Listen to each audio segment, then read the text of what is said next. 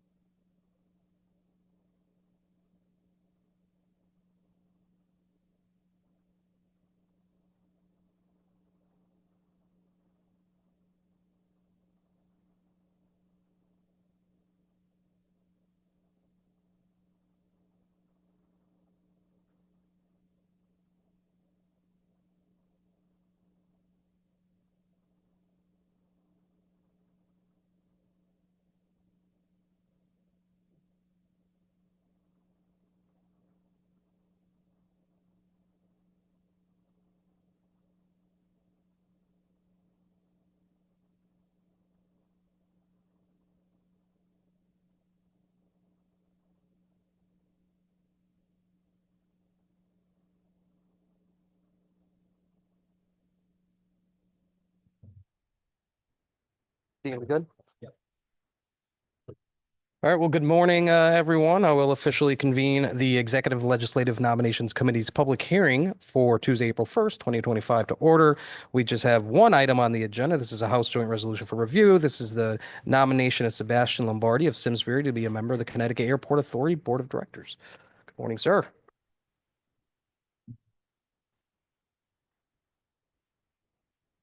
You just raise your right Good morning. hand. Do you promise, swear, and affirm to tell the truth, the whole truth, and nothing but the truth? I do. Wonderful. The floor is yours for any opening remarks. Well, I appreciate that, and I appreciate the committee's time, all of the distinguished members of the committee. It is an honor to be back before you. 4 years, almost to the day, this time in person, which is a pleasure. I would like to just first say thank you to Speaker Ritter for nominating me again for this important role. I truly value and appreciate his expression of confidence. I'm Sebastian Lombardi. I'm grateful to be on the CEA board currently, and am hopeful to continue my service on the board. It has been a privilege to serve on the board since May of 2021. I'm proud of the many successes that the board and staff have achieved together over the past 4 years. At Bradley International Airport, we've been focused on making real meaningful improvements for travelers and for our state. One of our biggest projects was opening an over $200 million ground transportation center that brings all rental car operations into an easy to access facility connected right to the terminal. That upgrade alone took more than 260,000 shuttle trips off the road each year and freed up space near the terminal for new economic development opportunities. And we're excited to pursue those in the coming years. We're also in the final stages now of another huge project, $250 million investment in the terminal itself. These improvements will make checking bags and getting through TSA faster and easier. We'll be adding new gates for arrivals and departures, improving passenger flow, and bringing new restaurant concepts and shopping to the terminals as well. On top of that, we've partnered with a new concessions operator who will be putting more private dollars into enhancing the traveler experience even further. Bradley now offers more than 45 nonstop destinations. That's more than we've had since the pandemic. It's more than we've had even before the pandemic. And for the 8th straight year, Bradley International was named as one of the top 10 airports in the United States, something that I know that we're all very proud of. Beyond Bradley, the Connecticut Airport Authority, as you know, manages 5 smaller airports across the state. These general aviation airports support everything from emergency services and military operations to flight schools and business travel. They're also creating local jobs, especially for aircraft mechanics and pilots, which are high demand, well-paying careers that don't require a college degree. Looking ahead, one of our top priorities at the CEA is bringing nonstop service to Bradley from London Heathrow. It's a large, unserviced route, and we believe it would be a huge win for Connecticut's economy. Look forward to working on that. I think one of the things I've come to most appreciate during my time on the CEA board is just how deeply connected our airport system is to the lives of Connecticut residents, not just in terms of travel, but in terms of jobs, safety, and access. It has been a true honor serving on the board. I believe my background and experiences position me well to contribute positively in the years to come. I was born in this great city of Hartford. I grew up in wonderful town of Simsbury, where I now reside with my wife and 2 children. Since becoming a member of the state bar, I have been in private practice at the law firm of Day Pitney. Day Pitney has been servicing folks in Connecticut for over 100 years, and we're very proud of that. I chair Day Pitney's energy practice, where I lead a team of lawyers working at the intersection of policy, regulation, and business. And with this federal regulatory work, I'm a frequent traveler out of Bradley, and being a customer is pretty important in this role on the board as well. During my time on the board, I've served as an appointed member on 3 of the standing committees of the board. That includes the Economic Asset Development Committee. I now serve on the Legislative Committee and the Human Resources and Governance Committee. I had the honor last year of serving as a member of a 4-person personnel search committee. We led the efforts in our search for a new executive director, which was an important search, and we're glad that we found a really good new executive director. So I'll just conclude with I'm, again, very proud of what the CEA has accomplished and me being a small part of that. I thank you again for the opportunity to appear before you. I'd be honored to serve another 4 years on the board, and I'm happy to take any questions that you may have. Thanks again. Thank you, Sebastian. Congratulations on your renomination. I do remember you coming for us 4 years ago, again, virtually at that point. Just a couple questions on my end, and your written testimony was very detailed. Can you just talk a little bit about your experience the last 4 years? You've touched on a couple of things that you're proud of on what the CAA has done. Can you just expand on that a little bit? Sure, I'm happy to. You know, a lot of the work we do, just like the work of this committee, is done in the committee process with the board. So we have our board meetings with the full board, and that requires a fair amount of work, but we really roll up our sleeves as members of certain of the committees. And particularly with the Human Resources and Governance Committee that I've served on since I've joined the board. That is a 4-person committee. It's led by a former chair of the entire board, the current chair of the board, and the vice chair of the board, and me. So I'm definitely the 4th wheel of that group, but it's been a great learning experience for me over the last 4 years. And I think I've, you know, developed a kind of key place around that table as someone with a kind of a different perspective coming in. And I think that was put to good use when we did our search for a new executive director. As you know, Kevin Dillon was a very effective leader of the airport authority. He had big shoes to fill at the CEA with his departure, his retirement.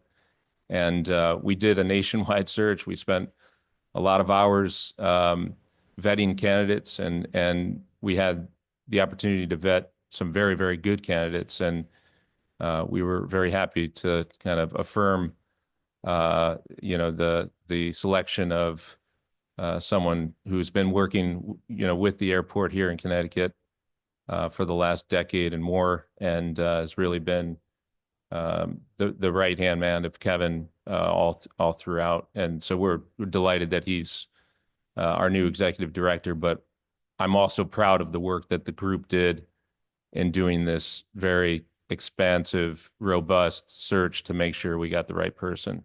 I think it's really important in that role for the board and for the state. I appreciate that. Another question. I'm glad you mentioned the flight to Heathrow. I know a lot of my constituent base, particularly on the business community side, have been advocating for kind of a direct flight to London on more business side. What type of reports or kind of background did you guys do to see for that $400 million economic output that you mentioned in your written testimony? Yeah, the study that was conducted, I think it met and exceeded some of the optimistic expectations of the potential economic benefits of this route. In the work that was done to kind of come up with those numbers, what I thought was interesting was the amount of passengers that kind of are within our footprint, Bradley's footprint right now for service. They determined that around 250 passengers each day, both leaving and coming back, take that flight. So that's within the kind of the service area footprint that we've identified over the years for Bradley. And so we know the demand is there. In addition to that, and as you know well, and the business community, I think,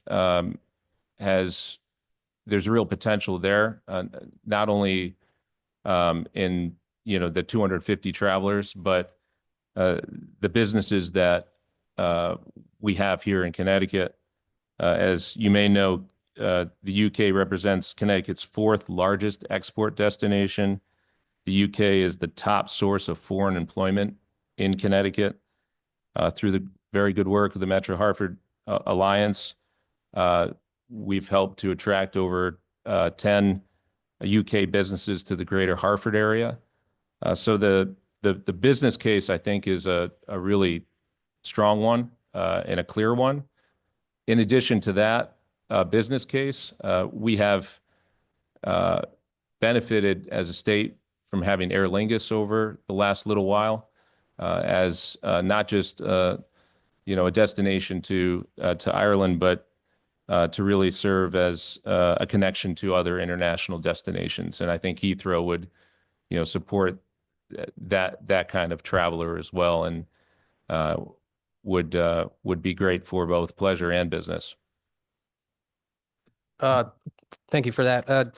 Just one more question, or maybe a couple more questions, but could you just again talk a little bit about the ongoing projects that are at Bradley? Everybody that's going there sees cranes there all the time, and just can you give a preview of what to expect over the next year or two? Yep, sure. We're really excited. You've seen the Ground Transportation Center, and that's been a real success. And again, it's allowed folks to go pick up their rental car right on site, and it's opened up, like I said in my opening remarks, some additional land adjacent to the airport that is still under the purview of the airport authority to pursue economic development opportunities. Within the airport itself, you're seeing a lot of activity. And when you go and check your bag in today, you have to wheel it over and put it under this little glass kind of open door, and they put it on a belt, and it goes its way to your airplane. That is a lot of space in the terminal just today, and that's going to be all removed. It's all going to be happening kind of behind the scenes through about a mile of conveyor belts that are going to be running from the ticket counter to the new facility that's being built, and almost nearing completion.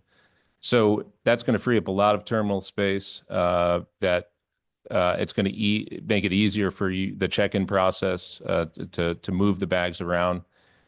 It's also going to open, like I said, 3 new gates, and new gates means additional airplanes, additional opportunities. I mentioned the 45 nonstop routes, opening 3 gates with the footprint that we have at Bradley, which is already full and can be congested at times. It opens up new opportunities for potentially new airlines, new routes. And you're going to see all of this happen over the next, it's been happening for a while, but you're going to see the real benefits of this over the next 6 to 10 months. We are expecting completion by the end of the year for the entire project. It will change little things and big things. One of the things as a traveler is when you're walking out from the airport, you're used to kind of going down the escalators at next to the main security check-in point, and you go downstairs to your baggage, or you go downstairs to the ground transportation, or to grab an Uber, or to grab your car. That exit point right now will no longer be an exit point when we're done with the project.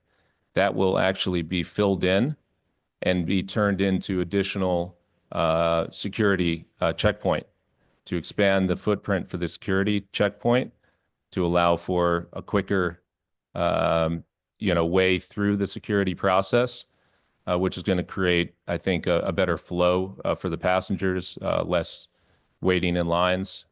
So you'll see that's going to be a big kind of difference for people. They're going to have to not take the left because there won't be an opportunity to leave. There'll be TSA agents kind of around there and folks going through the security process. You'll keep going down and there'll be a new exit point, which is going to make it kind of more efficient and seamless for the travelers and the flow of folks coming and going in the airport.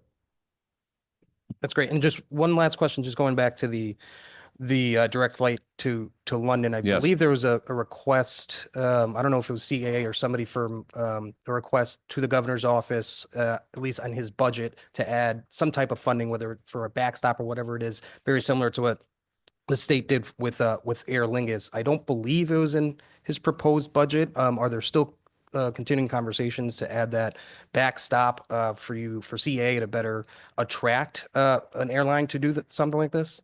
Very much appreciate that question. I had failed to mention this, and I do appreciate the opportunity to do so. We are seeking through the bond authorization of $15 million over a 2-year period to help attract an airline. In talking with airlines, our leadership team, it's been made clear that without the revenue guarantee, this is not something that's likely to happen. So we are seeking that bond authorization for the $15 million. It's a revenue guarantee. We did something similar, like you mentioned, with Aer Lingus, and it doesn't mean we are going to have to use the whole $15 million. And I think some of the numbers that I cited, and there are other numbers as well about what we think the demand would be. There's good reason to think that that may not be needed. But we also have been engaged in very positive discussions with potential airlines. There is a lot of interest, and so with the revenue guarantee, we're very confident that we could bring this flight home. Appreciate that. I don't have any more questions, at least for the moment. With that, I'll open it up to committee members. Chairman Duff. Thank you, and good morning. Good morning. Still morning. Thank you for your testimony and for the answers you gave and for serving the last 4 years. I would say that I'm very, very proud of the Connecticut Airport Authority and what it's done since it was made into its own entity many years ago. And I would argue, I'd say anybody could probably argue this, but the airport always seemed kind of an afterthought for the state of Connecticut, or at least for the DOT, because it was never priority in this building, and it never really had the ability on its own to be nimble, which is, I think, what is important to have with the airport authority. So I'm really proud of the way the authority has kind of moved forward and built and grown, and it's always constantly rated as one of the best mid-size airports, I believe, in the country. And I'm glad that we put some money in, state has put some money into a lot of the construction that's going on. Coincidentally, we just got a really nice email from the Connecticut Airport Authority at 11:07 a.m. this morning. Good timing. From Michael Shea, so good timing. But it really does, it highlights a lot of the work that's being done there, which is great. And sometimes as we're seeing, especially in mid-sized airports, seeing airlines shrinking rather than growing, I think we're seeing this airport really have the opposite effect. And can you talk about that a little bit and why we seem to be going against the grain in a positive way? Well, thank you so much for the comments and for the question. It's not happening everywhere, like you said. When I testified before you 4 years ago, our air traffic for passengers were down. It was down 60% from pre-pandemic levels. So there was a great level of uncertainty about whether we would get back to the pre-pandemic level of passenger flow.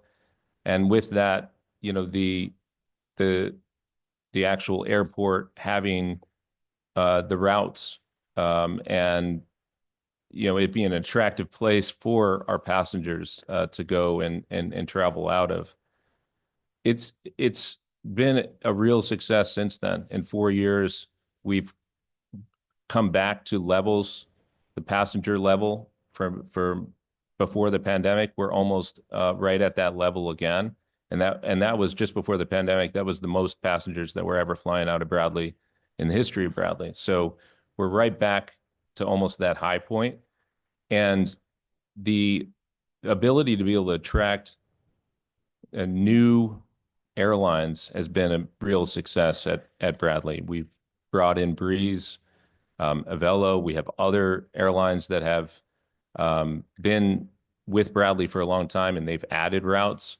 I think one of the things we've seen that's been a positive, which we thought was a real risk coming out of the pandemic, was the decline of the business traveler, but an increased appetite among folks traveling for personal reasons, for pleasure, for family reasons. And before the pandemic, our ratio of business to kind of pleasure traveler was about 60-40, 60 business, 60% business, and 40% for folks traveling for other reasons. That's really flipped. And again, there was a lot of worry at a mid-sized airport about what the future was going to hold because we were so reliant on the business traveler.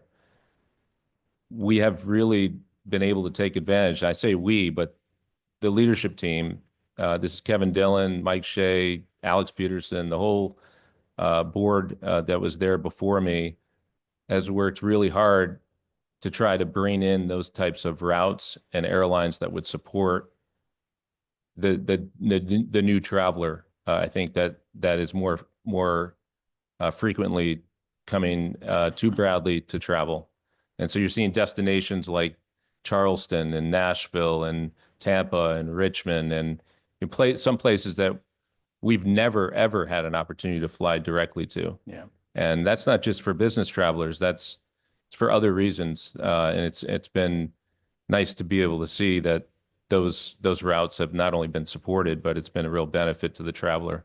Yeah, thank you. And I speak to legislators from other states and who are in the area, and they talk about how they prefer to come to Bradley over Logan because it's more convenient, it's easier, less hassle, and because there are now the various flights, not just one or two, but there's lots more flights than there used to be. So that's I think it's one of those things. There's the vicious circle of you got to get more flights and you get more customers, and you're doing that, and and that's what's helping the growth. There's one other issue. There's been some concern. I'm not sure how much you can answer this. We certainly hope with economic conditions that Bradley continues to grow. Some of it's not in our control. We rely on, whether there's a pandemic or not. We rely on whether there's a recession or not, but hopefully we'll still see Bradley grow.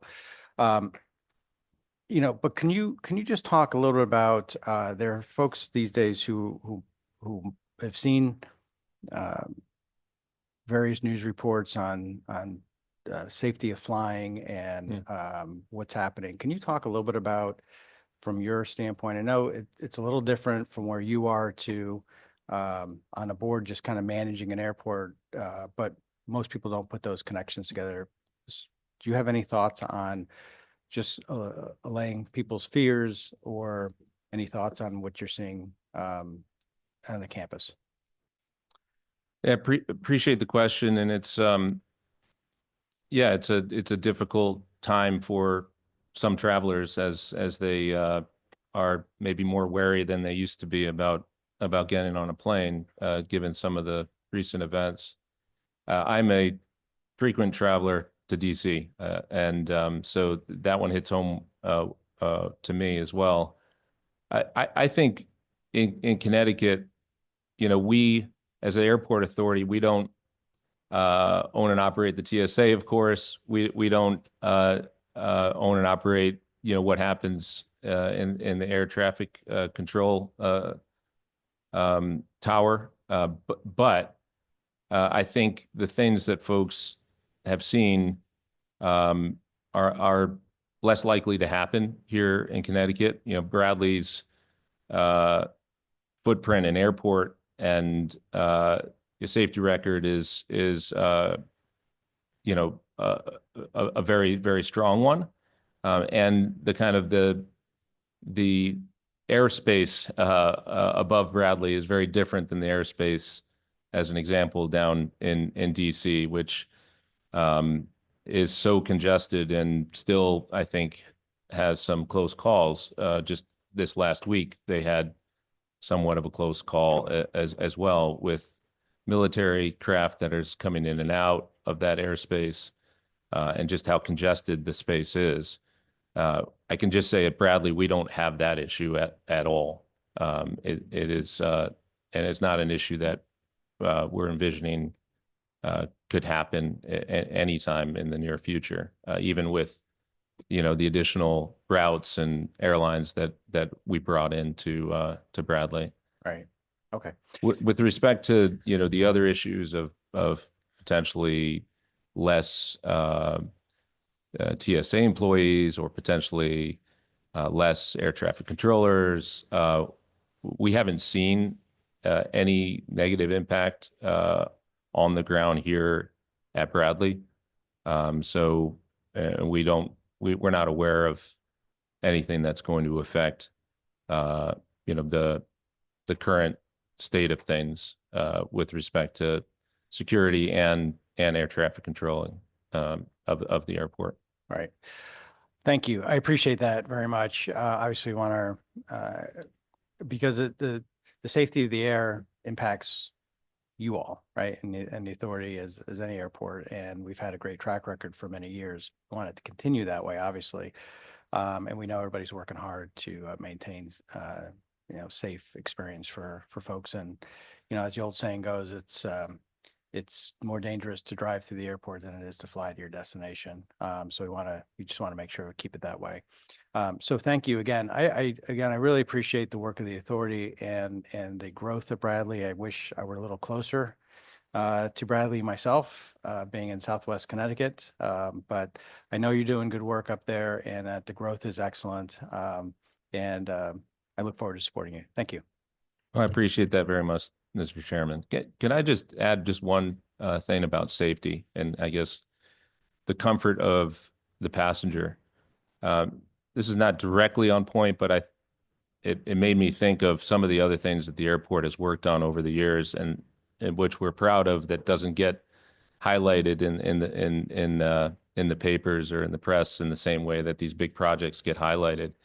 One of the things that Bradley has been at the forefront of is helping those with autism, children, adults, to feel more comfortable going through the process of security and getting on the plane and the whole travel experience, which can be a very unnerving and sometimes worse for some of those folks. And through an initiative at the airport that we've been engaged in over the years, we have days dedicated to kind of clearing the decks and making a safe space and walking through that process and doing a lot of hand holding that I think has been really valuable to folks with autism that are traveling, and hopefully the community has found that to be a comfort to them and their families, and to provide a welcoming environment, a safe environment, and a comfortable one for them as well. So just in the area of safety, I just Yeah. wanted to mention that. I thank you for that, because I would believe that is extremely important for a lot of families. And that's probably something that is underappreciated, except for those who need it. We have a bill here about, even with our police officers, of making sure that when they respond to a call and somebody has autism, that they're aware of how to respond to them, because there are certain ways to not escalate or to make a situation dangerous or more dangerous. So the more we can be sensitive to various folks in our communities, I think the better off we are. And I commend the Airport Authority for doing that. So thank you. Thank you. Thank you, Chairman Duff. Representative Yacarino. Thank you, Mr. Chair, and thank you, Mr. Lombardi, for being here and serving. This is your second go around. I think I voted for you the first go around 4 years ago. I think I was ranking that. Obviously, the airport is a driving economic force in Connecticut. So with that, are there any opportunities that maybe I didn't hear today that we could actually continue to do as far as either going after other airlines or routes or things that we could do as a state? Well, I appreciate that, Representative, and appreciate your past support as well, and your good question. One of the things you asked me 4 years ago was about the potential of having better public transportation The rail. and the rail I idea. remember that. So in terms of kind of the bucket of ideas that we want to look at and stay focused on as potential opportunities to further the growth of the airport, provide better access, easier access. That's something that we continue to kind of think about, and even if it's not a rail line, with some of the work that's happening in Windsor that is nearing completion, we see some opportunity for enhanced public transportation through a shuttle or otherwise, and that could be helpful. In terms of kind of what are the big ticket items that we're really focused on, London is a top priority. We really think that would be a benefit to the traveler, obviously, but a real benefit to the economy here in the state of Connecticut. It would be adding over $20 million in tax revenue. It would support nearly 600 jobs. So we really are focused on supporting that effort and doing what we can as a board to support our leadership team in that effort, and to come before you and try to support it that way as well. We have this big project in the terminal. We're really excited about the progress we've made there, and when it's complete, I think you'll really see the benefits of that up close and personal as a traveler. And we're always looking for other opportunities. We have to be nimble. I think Senator Duff said it well. When the CEA was created, it was to allow an authority to be more nimble. And we have to continue to be that way. So if we have things that happen, hopefully it's not a pandemic, but when things kind of throw a curveball, we have to have the ability to react and go out and try to attract new airlines, new routes, and continue to really double down on the things that we've done well at Bradley, which I think has been customer service, easy access. Parking is a big deal. We're hopeful to take advantage of the freed up space and land that's adjacent to the airport that used to house all of the rental cars. We're going to be actually establishing new parking in a lot of those spaces, so that folks, when they come and they want to park, they can find a spot easily near the airport, and affordable options as well. So these are both little and big things. I think keep focusing on the little things as well, that I think Bradley has done well, but we can't lose sight of the customer experience. And so even the concessions, the restaurant options, those are really important to travelers. And for travelers that we're trying to attract, and from a competitive standpoint, it's really important that we continue to to kind of not rest on our laurels that way. And if you've been to Bradley recently, hopefully you've seen not just some refresh of certain outfits, but actually some new concepts as well that are going in there. So it's everything from something like that to some of the pop-ups that we have as you walk down near the main gates of local businesses. We have musical acts that are playing. Maybe you've seen that as you walked by to your gate. So it's really the customer experience is really, really important. And when I travel with my kids who are young, they open my eyes to a lot of that as well. So when you have they have a couple of dogs, service dogs that they bring around the airport just to, for the kids to be able to pet and feel more comfortable in the airport. That's a big win in my house. And so these little things make a big difference. And so we want a London flight, of course, but we need to double down on the little things as well. It makes sense because if business travel is declining somewhat and family traveling or personal traveling is up, it makes a lot of sense because you're going to have generally families with kids that are interacting, and that's a comfortable place for people to fly. And if you're nervous, maybe prior, at least you're going to feel more comfortable. So I think that makes a lot of sense. Little things do make a big difference, I think. Your relationship with, I live in North Haven, so Tweed is not too far from me. I know that's not part of the authority, but do you have a relationship? Does, the CAA having a relationship with that airport for the state of Connecticut at least? And those planes fly not far from, I'm like 8 miles away, but they're pretty low. Yeah, I appreciate the question. We don't have obviously a formal relationship with them, but let's take Avello that flies out of Tweed. They now fly out of Bradley as well. So we think that's a good thing. Competition amongst the airlines is not a terrible thing. Hopefully, for if done right, and people aren't kind of squeezed where you have routes declining, but you have more routes and better prices for the traveler. I think that's a good thing for the state.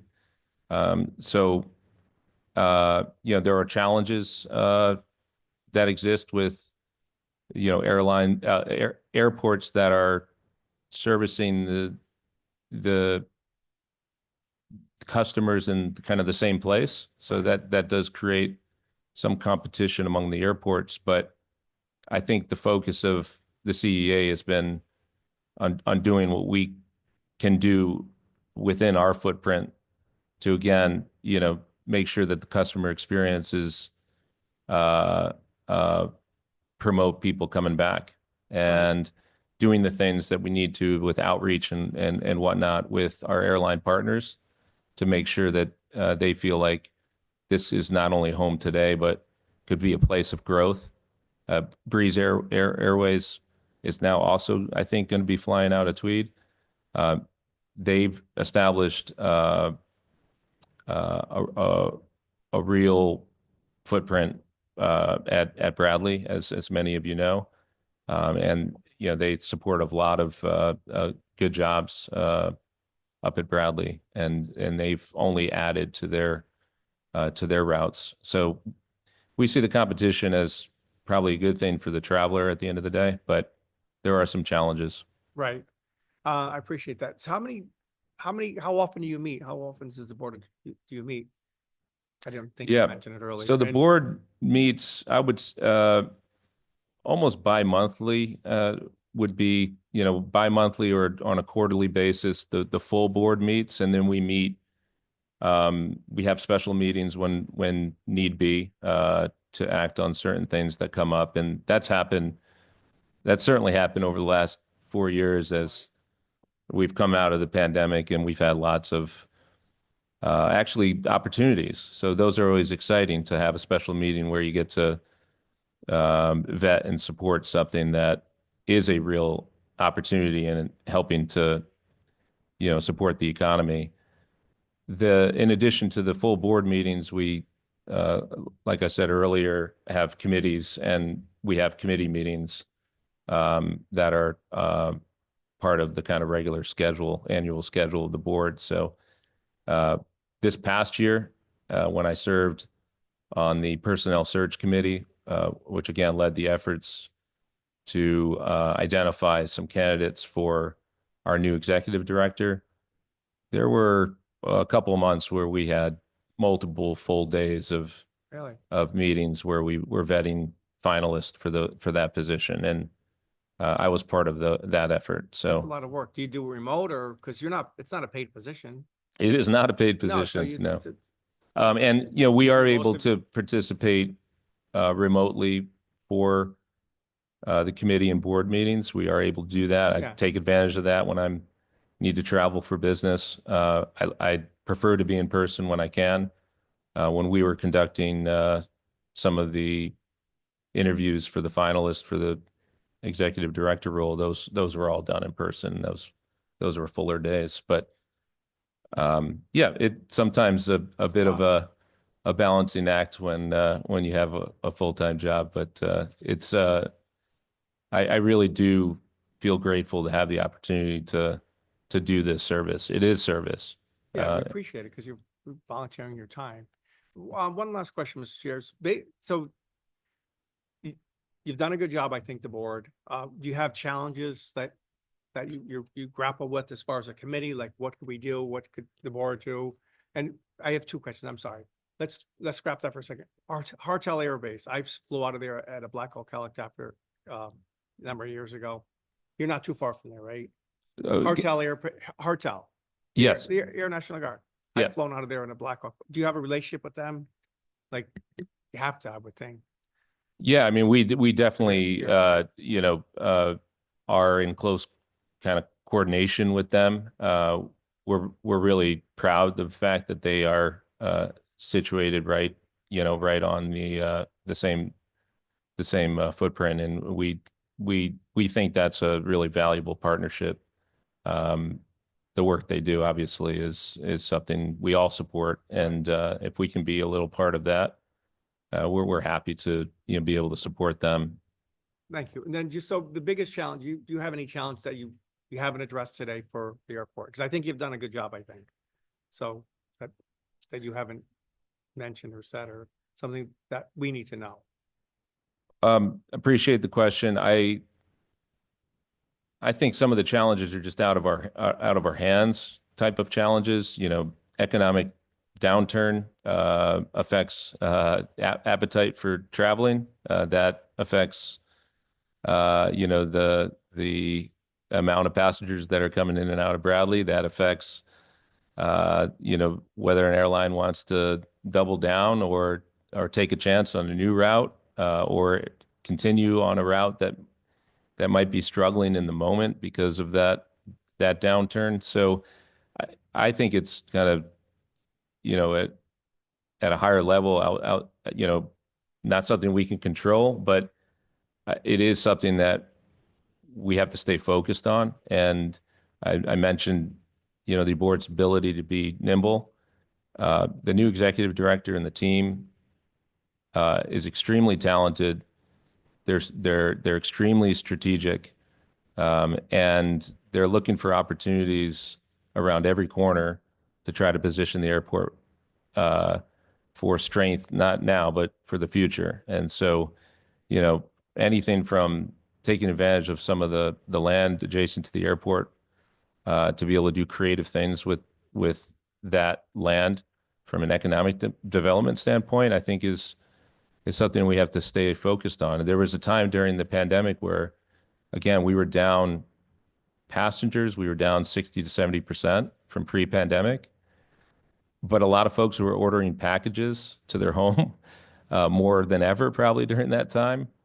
And so we had a lot more traffic coming in and out of the airport from, folks delivering those packages. And so there's ways to be able to be creative even during very challenging times. I have the utmost confidence in the leadership team at the CEA and the staff at the CEA. And so that's the thing that gives me the most confidence. And I view my role as a member of the board to make sure that I ask, good questions of them, and to make sure that I'm doing what I can to make sure that they're in position to be able to do those things that they are doing very well. So I want to be able to support them. And I have the utmost confidence in their abilities. And I think, that they will take on challenges and try to find new opportunities. Appreciate it. I appreciate your honesty and candor, and the speaker nominating you again. And I think he did the right thing, and looking forward to supporting you. So thank you, Mr. Lombardi. Thank you very Chair. much. Thank you, Representative. We're going to go to Senator Berthel, followed by Rep. Scott, and then Rep. Quinn. Thank you, Mr. Chairman. Mr. Lombardi, congratulations on your reappointment. I look forward to supporting your nomination today.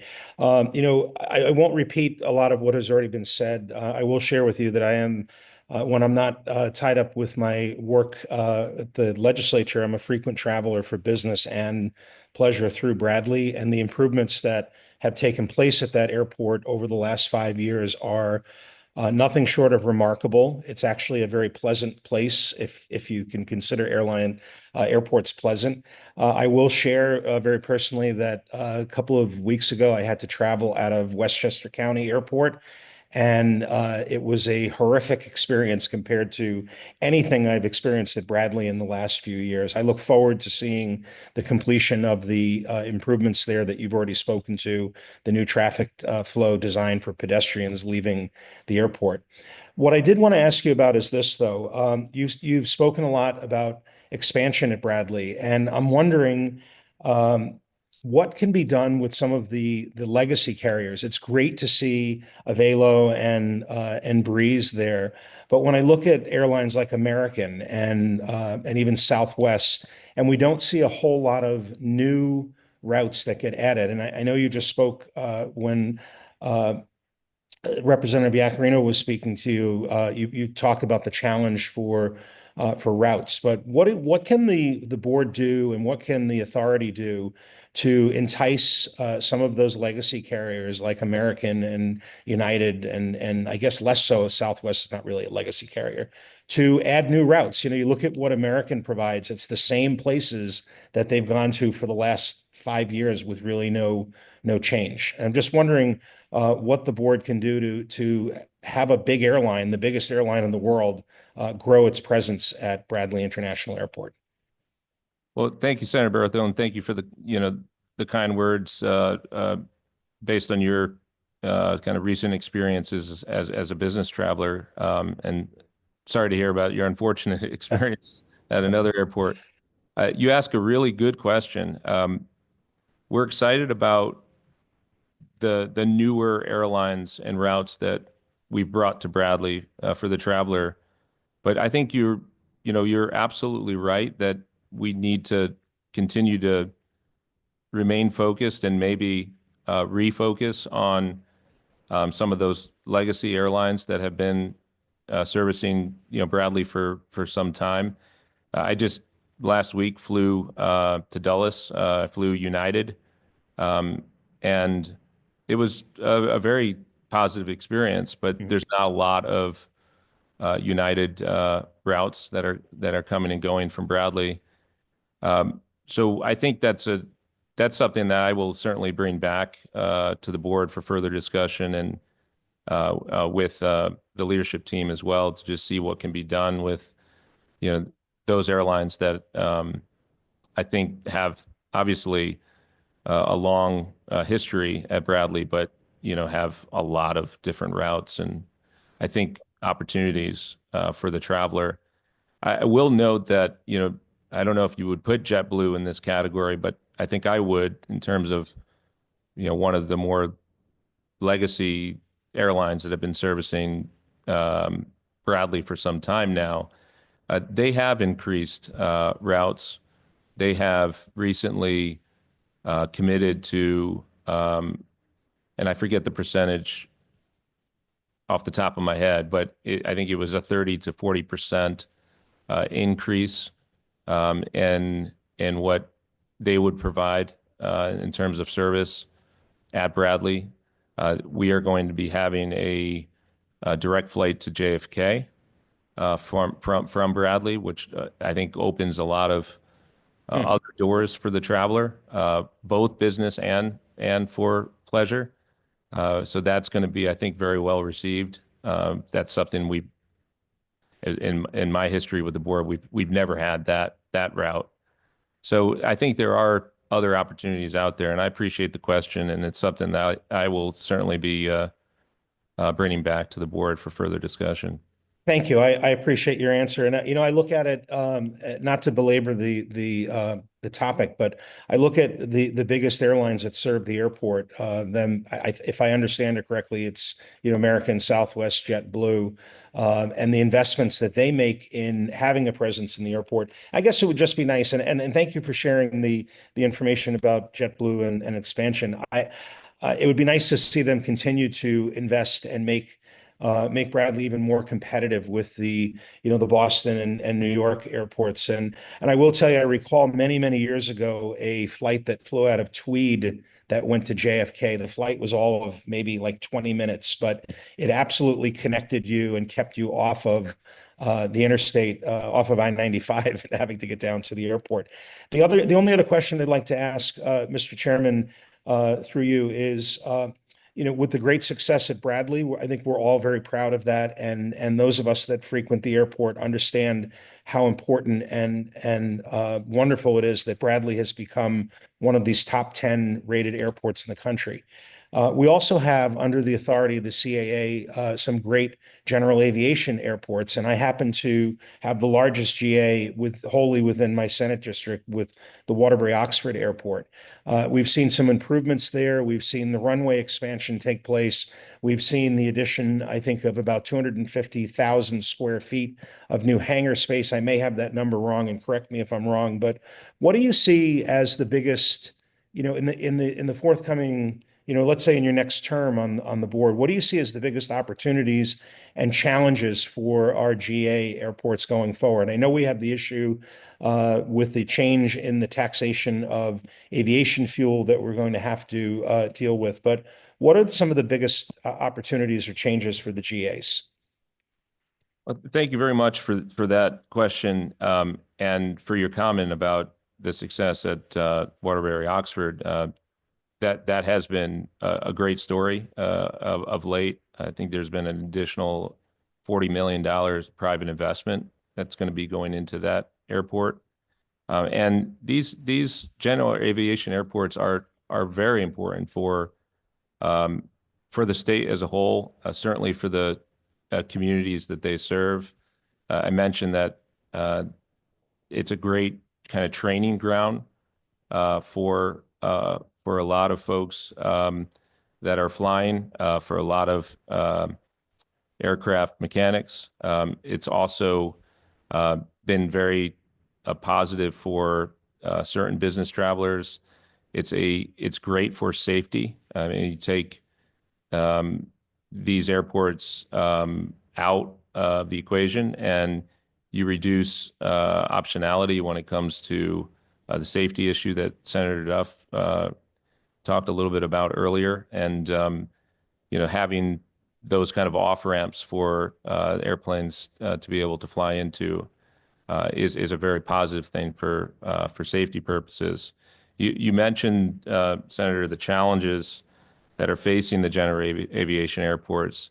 The CAA has lots of ideas and plans to invest in capital projects at these general aviation airports, but a stable revenue stream is at risk with the user fee that we used to have in place that was really essential to funding these aviation airports. The system as a whole, the general aviation airport system as a whole, it operates at a deficit, as they commonly do nationwide. But the CAA has been able to still support development, capital projects, and continued maintenance and whatnot. They were able to do that for years through the state's petroleum products gross earnings tax, as it was applied to aviation fuels tax. But that went away, and there's now a two-year tax holiday in place, and so we haven't been able to kind of reclaim that stable revenue stream, which does cause some of these projects that we have planned to be at risk.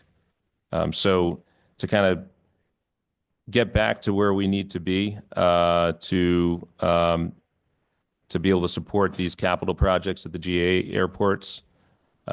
We really do need a return of the user fee, at least in some way, to be able to provide that stable revenue stream. Great. Thank you. And I anticipated that that might be your answer to my question. And I appreciate just getting that into the dialogue today as we continue our discussion with you. But I don't want to take up, I know there's others that want to speak. I appreciate your candor and the answers to my questions. Again, congratulations on your nomination. I hope your next 4 years are just as productive and successful as the last 4 have been, both for the board and the CAA, excuse me. Thank you, Mr. Chairman. Thank you, Senator. Representative Scott. Thank you, Mr. Chair. I had just 2 questions, quick. One about, we heard recently Southwest Airlines has come out with a pretty rather large change in the way they're going to do their pricing structure. Just talk to me about how the airport deals with that, right? Obviously, you don't have control over it. You don't have to necessarily say about it, but that is going to affect passengers, is the way they're used to paying, especially with this specific airline. How's that going to affect the airport, and how do you guys deal with that from a marketing or communication standpoint? That's a great question. I'm not sure I have a great answer for it, but it is an issue of concern for sure for the traveler. We don't get to make those decisions for the airlines, unfortunately, but it has and it will continue to cause some issue for the traveler when airlines change the way they used to do things, and if it results in increased pricing on certain items during your travel, it's going to be a hard one to swallow for sure. I think one of the things we've benefited from at Bradley for the benefit of the traveler has been the increased competition. I remember pre-pandemic, we didn't have nearly as many routes. We also didn't have nearly as many competitors all in the same place. So, even when Avelo decided to come and fly out of Bradley, I think that's a good thing for the traveler. You have Avelo, we have Breeze, we have Southwest and United and American Airlines and JetBlue and Aer Lingus, and hopefully someone who will be bringing folks to London. That's a really good thing. The competition is a really good thing. And so hopefully that will help to address some of these issues. It's not going to address everything. I know it's a frustration to a lot of travelers to see these kind of changes being imposed on them. Thank you. My second question is, you mentioned you're a standing member on one of the committees, legislative committees. So taking money out of the equation, which is obviously an easy solve potentially for some of the issues you guys may have, is there anything legislatively that you would look to the body to potentially help, which solve any current needs that you guys have, or in the next 2, 3, 4 years and during your term, that we could be looking at, that we should be considering, that we should be a top of mind for us as a legislative body to help the airports and make sure that we're providing you everything you guys need from a legislative standpoint? Well, I thank you for that question. I mentioned the real 2 top issues, which is the user fee issue to support the general aviation airports, and any support for the bonding authorization. So those are the 2 big items for us, top of our priority list. In terms of looking out at things that could make it more difficult for the airport to do the things that it has done successfully, I think those are the things to kind of keep an eye on. And so what would those things be? When this authority was established back in 2011, I believe, it was done so to allow a quasi-public agency to be established so it could be nimble, so it could service both the kind of the public policy interest and mission, and also to be successful kind of on the business side of things, and to strike the right balance between the two. I think the CEA has done a really remarkable job of doing that. Not because of me, but because of folks before me and folks that continue to be there on staff and in leadership and doing the day-to-day work.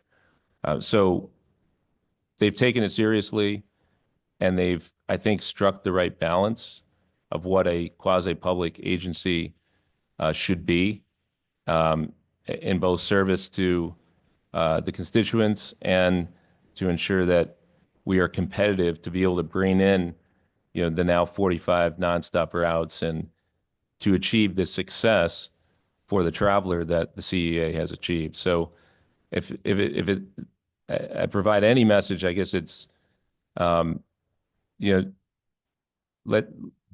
break what's doesn't need to be fixed. And I think I'm only speaking for the CEA. There are other quasi-public agencies. I won't speak for them, but at least for the CEA, I feel like we are in a very good place, and we're positioned to be able to do the things that we need to do to support the state's economy and the traveler. So I'm not sure that's a good answer, but that's my message at least. I appreciate that. Thank you so much. And we'll try to do our best to keep our hands out of things that are working really well and focus on the ones that we need a little more attention on. So I appreciate that. And I appreciate your work you've done the last few years, and look forward to supporting you today and moving on for the next 4 years. So congratulations. Thank you very much. Appreciate that. Thank you, Representative Godfrey. Thank you, Mr. Chairman. Congratulations. Good afternoon. I'm grateful that you're doing this volunteer work. I know it's a lot of work, and the compensation is more spiritual, I suppose, than certainly financial. And I flew out of and into Bradley in December. I was very happy with the shortness of lines, the fact that I could get a cup of coffee at an ungodly early hour in the morning, that kind of thing. It was a comfortable place to be, and I hate airports. I just despise them because they're so sterile. Less so at Bradley, and I'm from Danbury, so the general aviation questions, Danbury Airport. Thank you for those answers. Just to kind of follow up a little bit on Representative Scott's questions about your legislative agenda. Is there anything pending right now that you'd like to call to our attention? I haven't gotten to the point in my year where I'm looking at items that are pending before committees I'm not on yet. So, I do know that there is a bill having to do with unmanned aircraft, we call it, drones. And so that's a bill that I'm going to just make sure that we are supporting a bill on that. I know in prior years we've not supported a bill in that category, but this year we are in support of the bill that's pending, having to do with some of the regulation and the CEA's ability to, I think, help support the kind of monitoring and regulation of the unmanned aircraft. I know that it hit the headlines for all of us a year or so ago with the stories coming out of New Jersey and beyond. So I know that may be front of mind for some folks. That is a pending bill before you all, and something the CEA supports.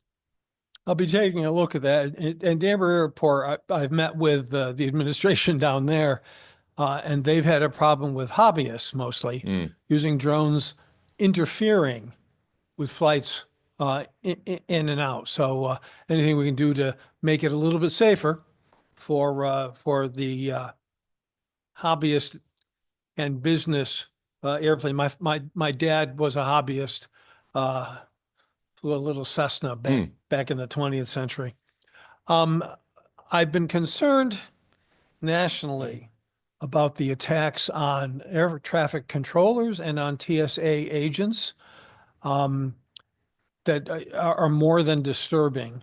Have you seen any consequences at Bradley or any of the other airports under the authority? I worry about not just the kinds of accidents we saw in DC a month or two ago, which is a concern, but you know, controllers falling asleep on the job is not a good thing. There's no question in my mind, and they're underpaid, they're overworked, they're overstressed, I think.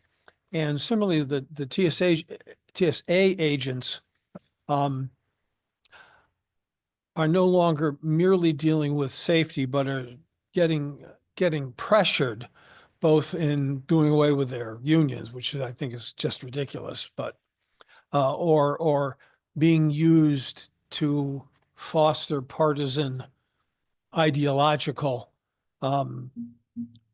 consequences on travelers. Has there's been any issues, or are you foreseeing any issues at the airports under the board's control? We have not seen any impact. Oh, good. Certainly not any negative impact to date at Bradley. We work in partnership with our TSA folks. We of course don't kind of have purview over them in any way, but we have to work closely with them, and they work closely with us, and it's been a good relationship over the years. I expect it to continue to be that way.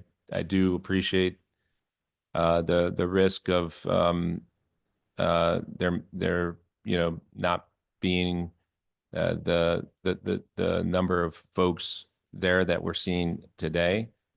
We're not expecting any fall off, but it's something we're watching closely, and we'll certainly raise the issue up the flagpole if we do see any negative impact. We will make sure to let folks know that is something we're seeing. Hopefully we don't, and we're not seeing it now. So hopefully we can continue to maintain what we have. I appreciate very much that commitment.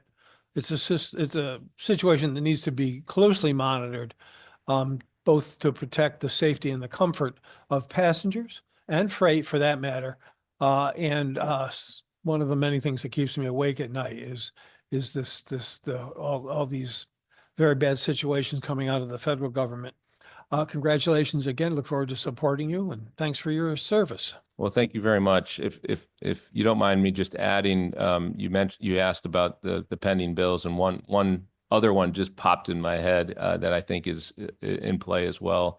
It's somewhat related to the issue of interference, and maybe someone does this as a hobby, but this idea of these lasers that people use. There is a pending bill on the issue of the use of those lasers in and around airports, and the potential interference that can cause. And so, it's something the CEA is focused on as well, and wants to make sure that we're not having those kind of hobbyists out interfering with the safety of folks who are flying and coming into our airports. Technology has a dark side. I'm glad you're on top of it. Thank you. Thank you. Thank you. Any other questions or comments from committee members? Just looking on. Seeing none. Sebastian, before we go, there's one question we ask of every nominee. Is there anything in your past that you believe might prove embarrassing to this committee, to the governor, to the state of Connecticut? No, sir. Wonderful. Thank you so much. Thank you. Congratulations. Look forward to supporting you. Seeing no other items on the public hearing agenda, we will adjourn the public hearing agenda and immediately go into the Executive Legislative Nominations Committee meeting for Tuesday, April 1st, 2025. There's one item on the agenda. It's a House Joint Resolution for review. It's the nomination of Sebastian Lombardi of Simsbury to be a member of the Connecticut Airport Authority Board of Directors. Is there a motion? So moved. Moved by Representative Godfrey, seconded by Chairman Duff. Any discussion? Seeing none, Mr. Clerk, please call the roll. Duff, Yes. Concepcion, Yes. Looney. Godfrey. Yes. Berthel, Senator Berthel votes yes. Yakarino. Bazino. Bonferra. Gresco. Haynes, Yes. Harding. Hartley. Kushner. Linehan. Martin. Nuccio. Quinn. Retigliano. Retigliano votes yes. Thank you. Sanchez. Sanchez votes yes. Thank you. Scott. And Winfield. Senator Winfield, and the affirmative. Thank you. Thank you, Mr. Clerk. We will leave votes open till 3 o'clock today. With that, and our next meeting is scheduled for next Thursday, the I'm sorry, Mr. Chair, can I vote, please? Rep Nuccio. Yes. Thank you. so next Thank Thursday. you. The week. Next week. The 10th. Yeah, the 10th. Yeah, with that, we will stand in adjournment. Yeah, and adjournment till 3, to recess, I'm sorry. We will stand into recess till 3 p.m. today. All right, see ya.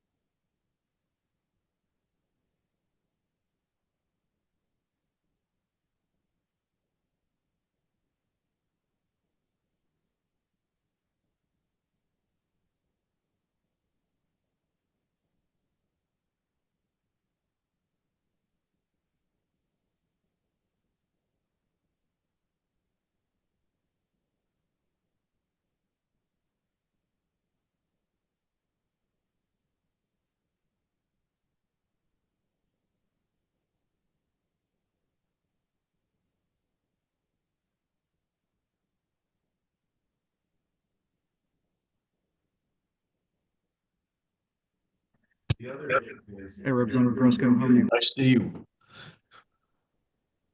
How do you vote, Representative? What did I miss? We are in recess until 3. And wondering, how do you vote, please? We're in recess until 3. Yes. What happened?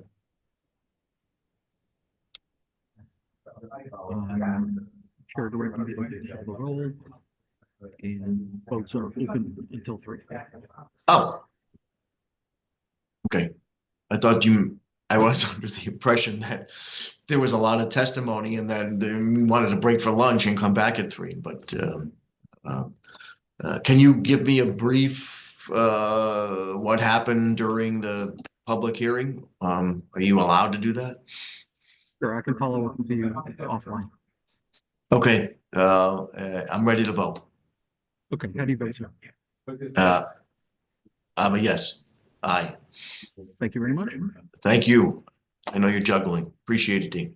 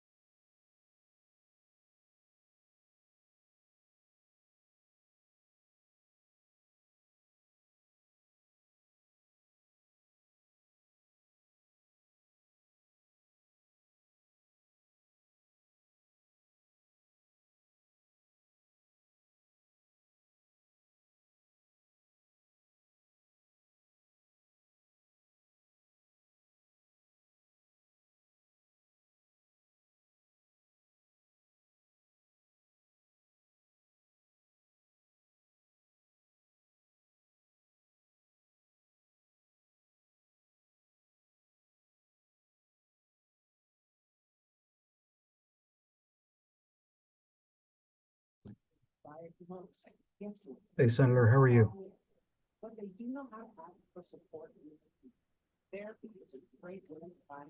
Hi, Gene. Hi, Senator. How are you today? I'm well. How about you? Good, thanks. Yes. Yes, great. Thank you very much. Okay, you have a great day. You too. Bye.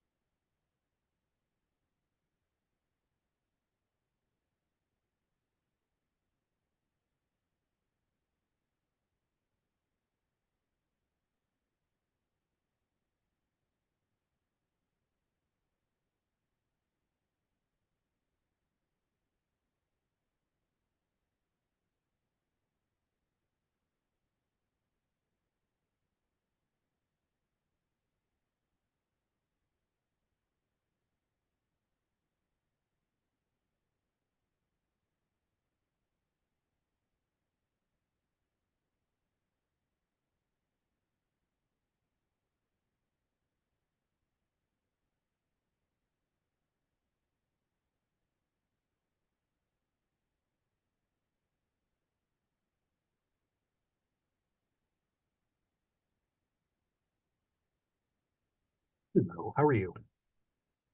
Good. First of all, silly question. Is your cell phone number, is it this crap? 798-1636? Or did I get that wrong? Diagnosed dyslexia at 978.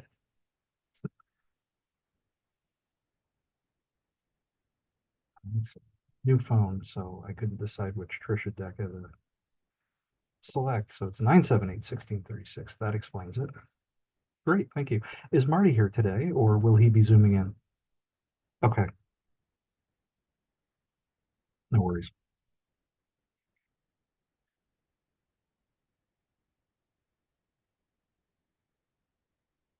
He's probably just getting on 91 like Bob says, when Bob's running 30 minutes late. So just to let you know, if you didn't already, votes are open until 3 p.m. today.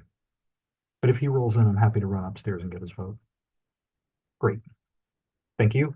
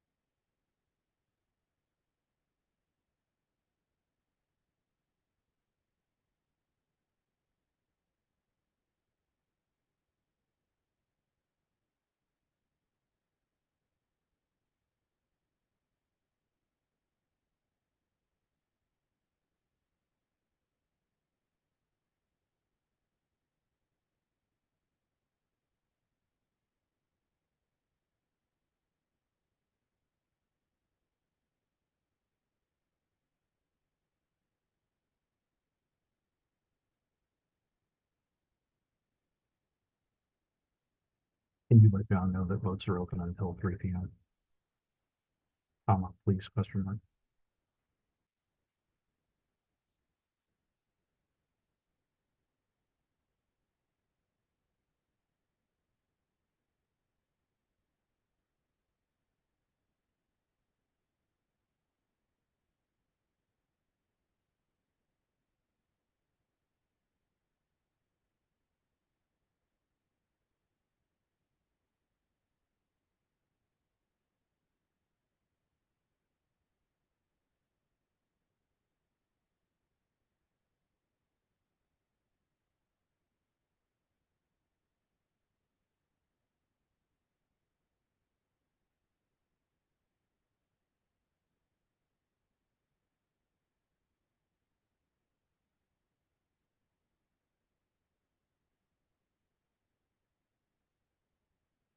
Hey, Elizabeth, it's Dean from Exec Noms.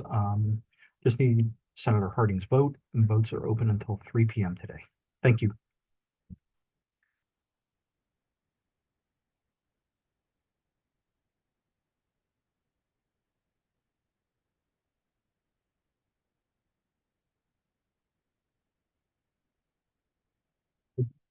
That votes are open until 3 p.m., comma, please, question mark.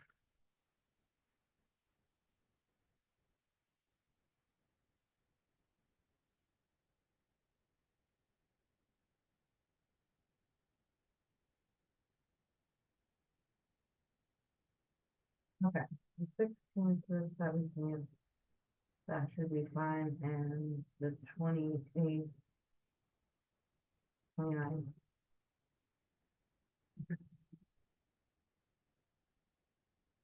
Okay. Okay.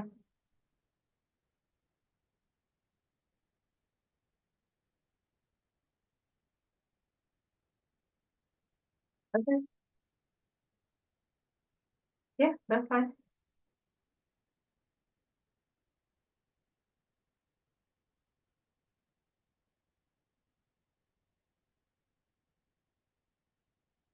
You'll be there at 9:12. Just saying, I've met you before. Okay.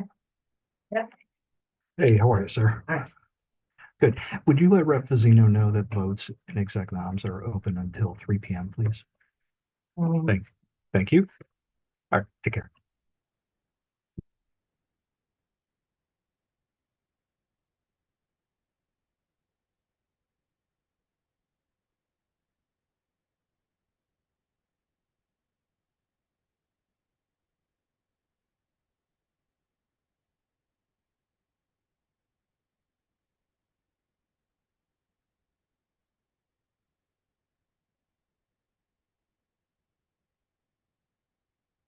Unlike the usual 3:30.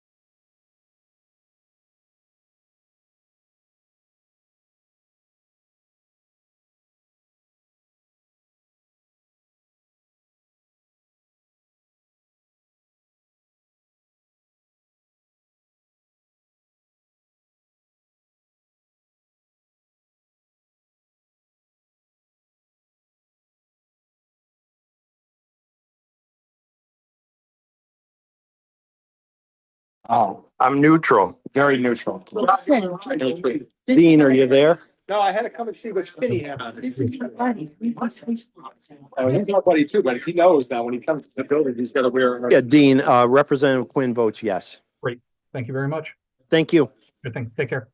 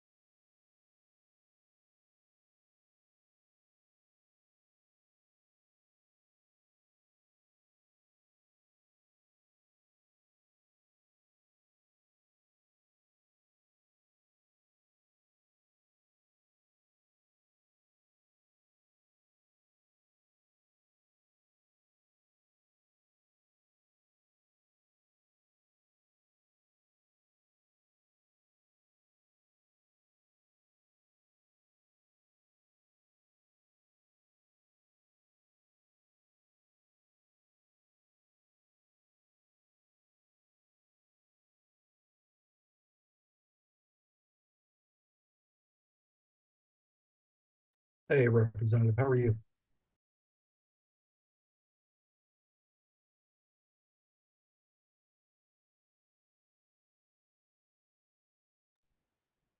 I think I got you on audio now, sir. How are you? You're a little slow, bandwidth wise.